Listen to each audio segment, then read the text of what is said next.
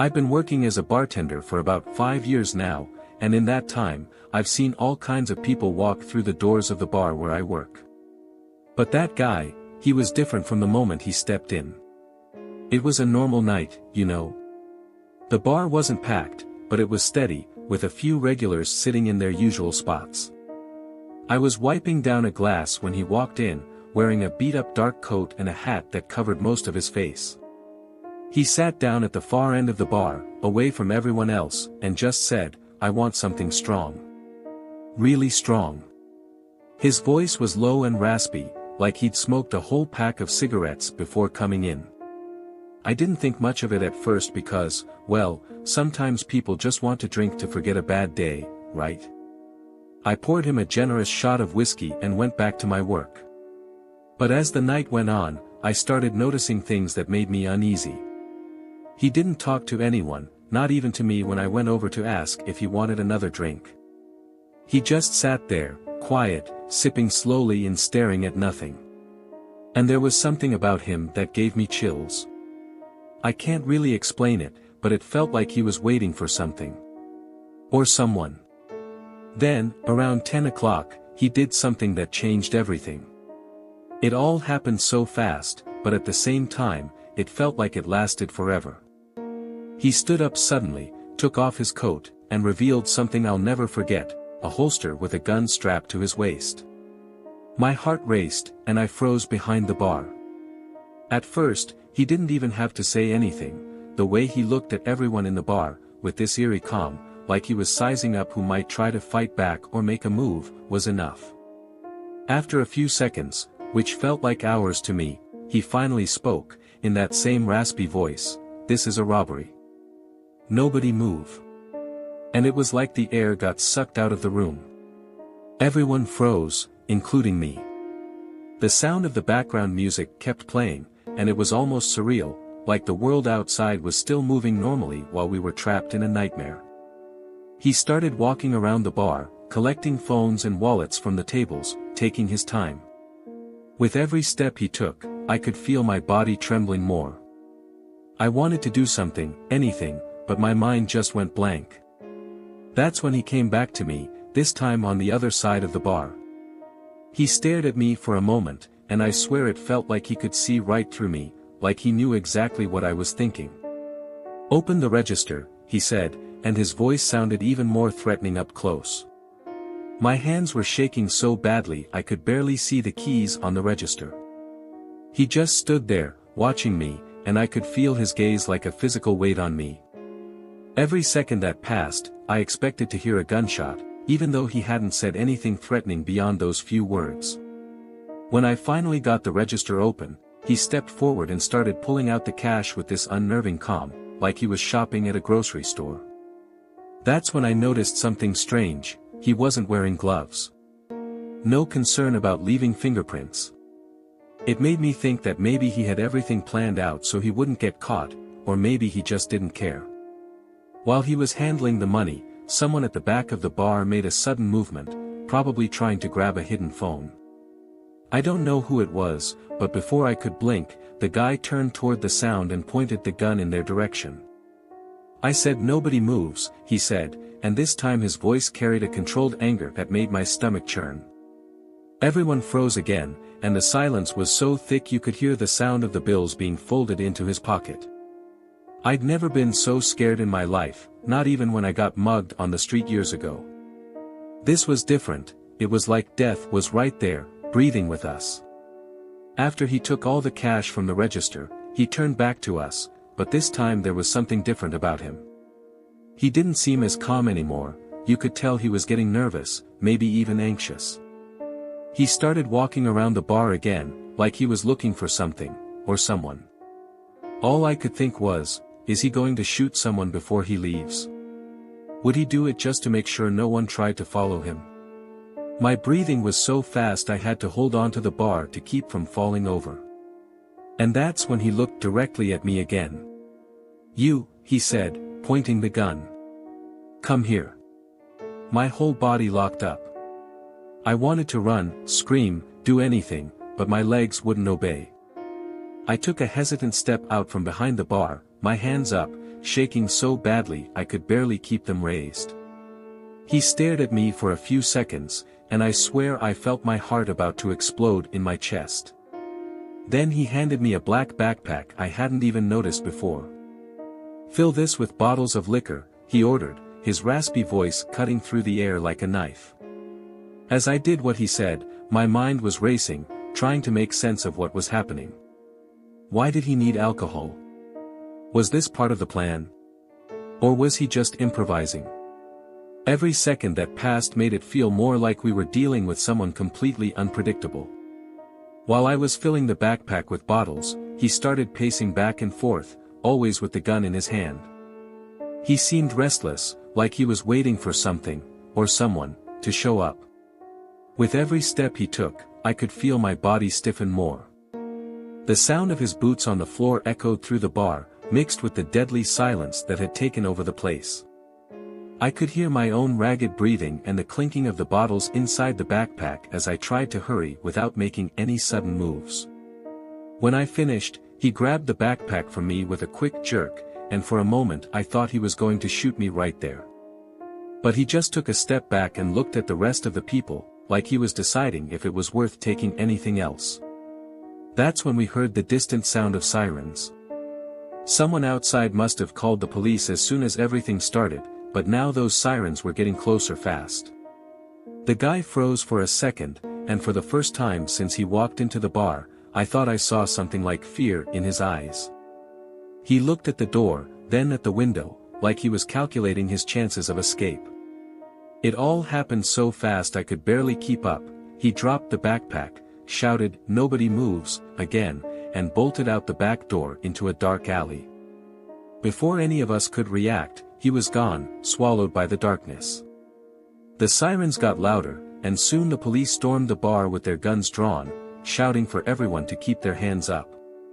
It was surreal. One minute we were at the mercy of that guy, and the next we were surrounded by cops asking questions I could barely process. They searched the whole place, but he had vanished like smoke. No one saw where he went. Even the security cameras didn't help much.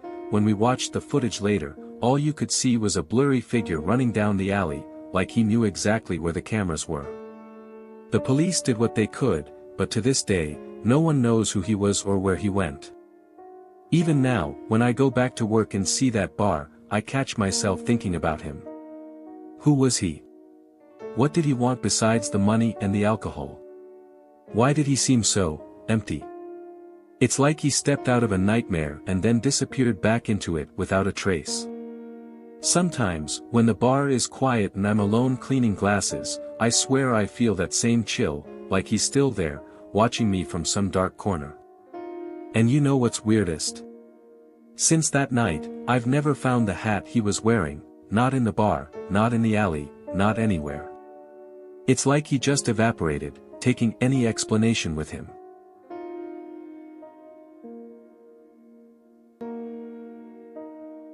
I've been working as a bartender for quite a few years now, and I'm used to the night routine, closing up the bar, wiping down tables, checking inventory, and taking that last look around before locking up and heading home.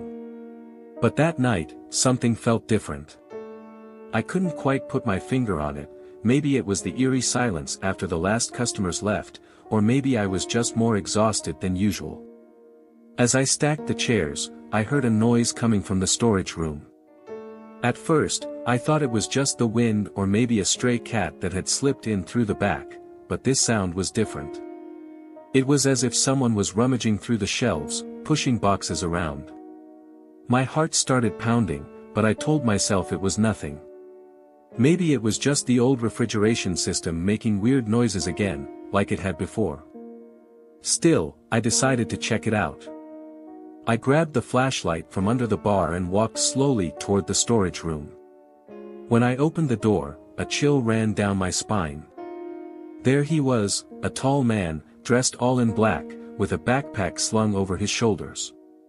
He was going through our liquor boxes, stuffing bottles into his bag without even trying to be discreet.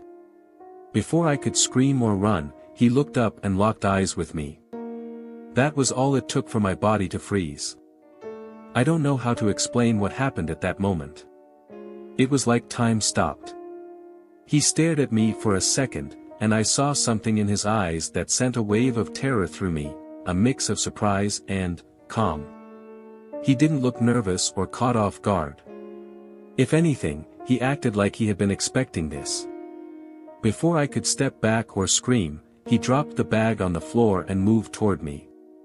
I tried to run, but he was faster. He grabbed my arm with a grip so strong I could barely breathe from the fear. He dragged me back into the storage room, and all I could do was tremble as he shoved me against the wall. He went back to rifling through the shelves, this time as if he were searching for something specific. I wanted to scream, to call for help, but my voice wouldn't come out.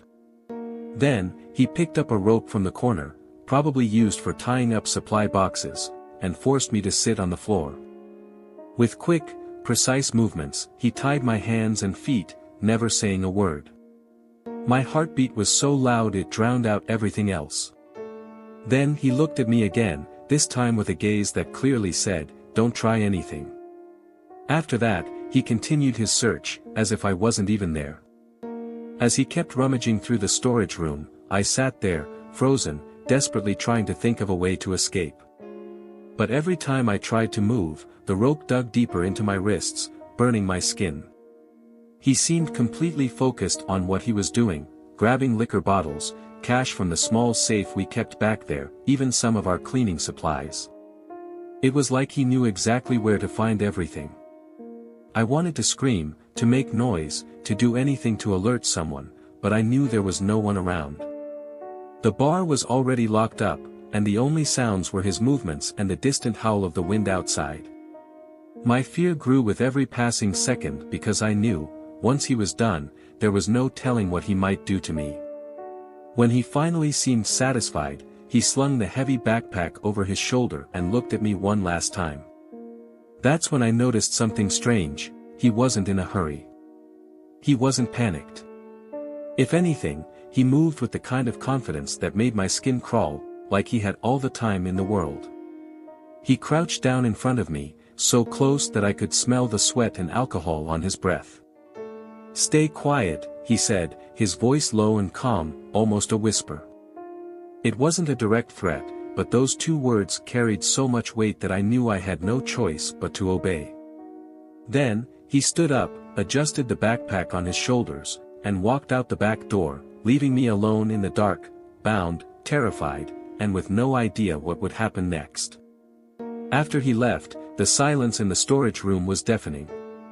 I could hear my own ragged breathing and the panicked thoughts racing through my mind. I tried to stay calm, but it was impossible. Every minute felt like an hour, and I had no idea if he was coming back or if anyone would find me before it was too late. I started pulling at the ropes with all my strength, trying to loosen the knots, but they only got tighter, cutting into my skin. My wrists burned, and I tasted blood in my mouth from biting my lips so hard to keep from screaming. The darkness around me felt alive, like it was suffocating me. I had never been so scared in my life. I don't know how much time passed before I finally heard sounds outside, distant voices, footsteps creaking on the wooden floor of the bar. It felt like a miracle. I screamed with everything I had, even though my throat was raw and my voice barely came out after hours of being trapped. "Help! In here! Please!" My throat burned, but I kept screaming until I heard footsteps rushing toward me. When the storage room door finally swung open, and the light flooded in, I could barely believe it. It was the morning shift staff. They found me tied up, shaking, covered in dust, completely drained. It was like waking up from a nightmare. But that man, he was never found.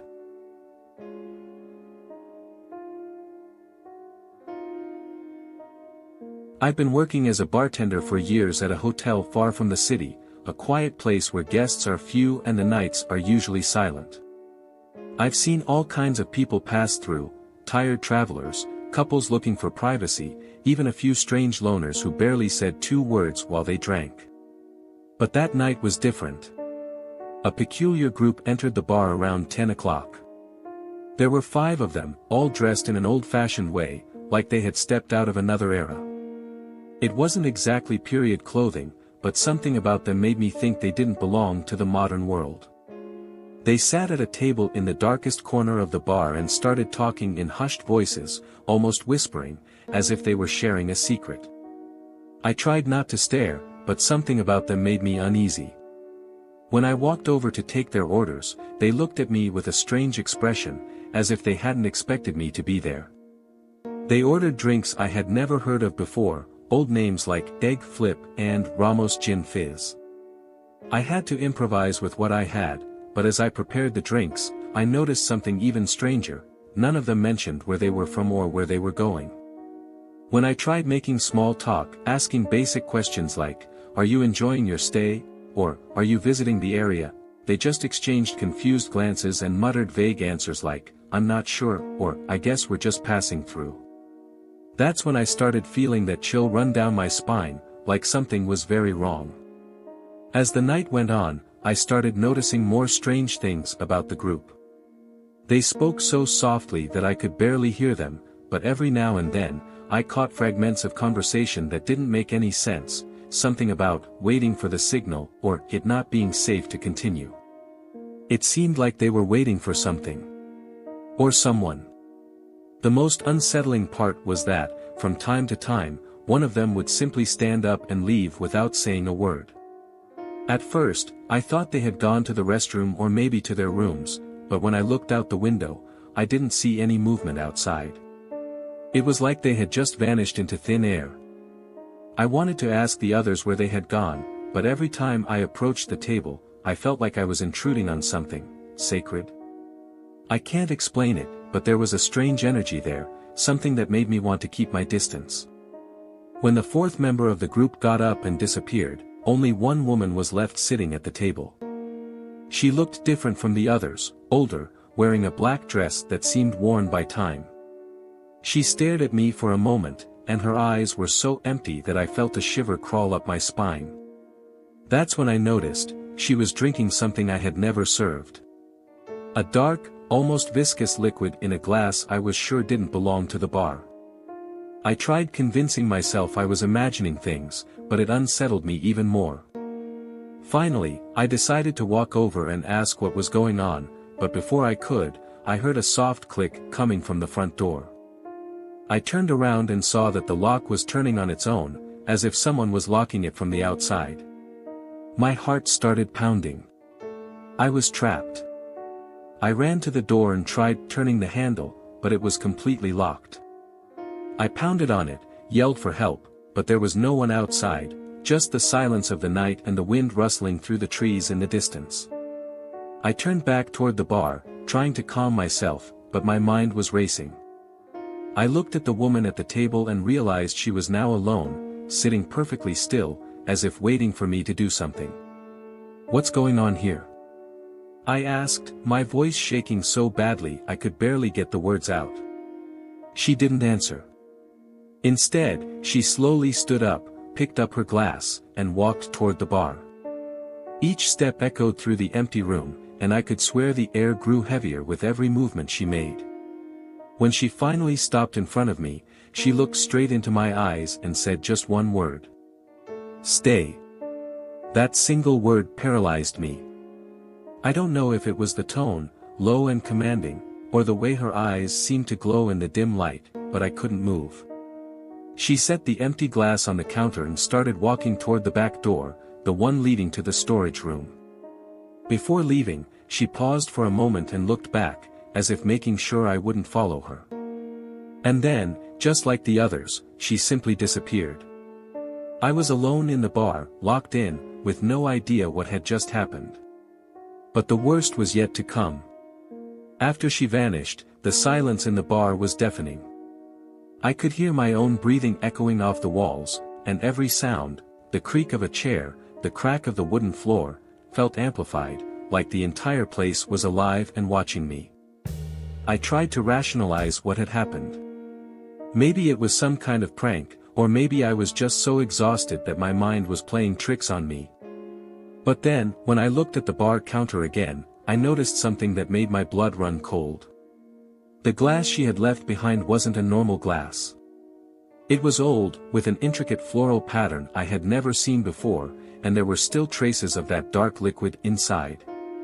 I touched the glass carefully, but it was ice cold, as if it had just come out of a freezer. That's when I felt it, a shift in the air, a sensation that I was no longer alone. I started pacing around the bar, trying to shake the feeling, but when I passed by the large mirror behind the counter, something caught my eye. I stopped and stared at my reflection, expecting to see my tired, terrified face. But that wasn't what I saw. In the reflection, I was dressed differently, wearing old-fashioned clothes, similar to the ones the group had been wearing. I blinked several times, thinking my eyes were playing tricks on me, but the image in the mirror didn't change. And then, slowly, I realized something even more terrifying. I couldn't remember how I had arrived there that night. My last clear memory was of being at home, getting ready to come to work, but after that, nothing. It was like someone had erased parts of my mind. I backed away from the mirror, my pulse racing. Everything around me felt different now. The bar, which I knew so well, had an eerie atmosphere, like I had never been there before. The tables were arranged in an unusual way, and the bottles behind the counter looked older, covered in dust. I wanted to scream, to run, to do anything to break free from this suffocating feeling, but my legs felt locked in place. That's when I heard footsteps coming from the storage room. Slow, dragging steps, like someone walking in slow motion. My heart pounded even harder, and I knew I needed to get out of there. But the front door was still locked, and the back door. I didn't have the courage to open it. When the footsteps stopped, I felt a presence behind me. I didn't need to turn around to know someone was there.